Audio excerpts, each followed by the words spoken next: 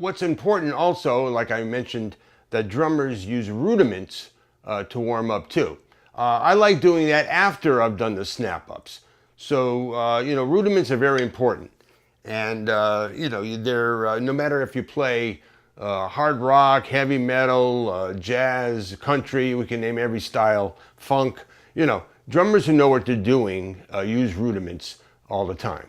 So here's something that I like. Sonny Igo actually taught me this, and it's taking the single paradiddle, the double, and the triple, and linking them together. So it's would be like this: 1E and the 2E and the 3E and the 4E.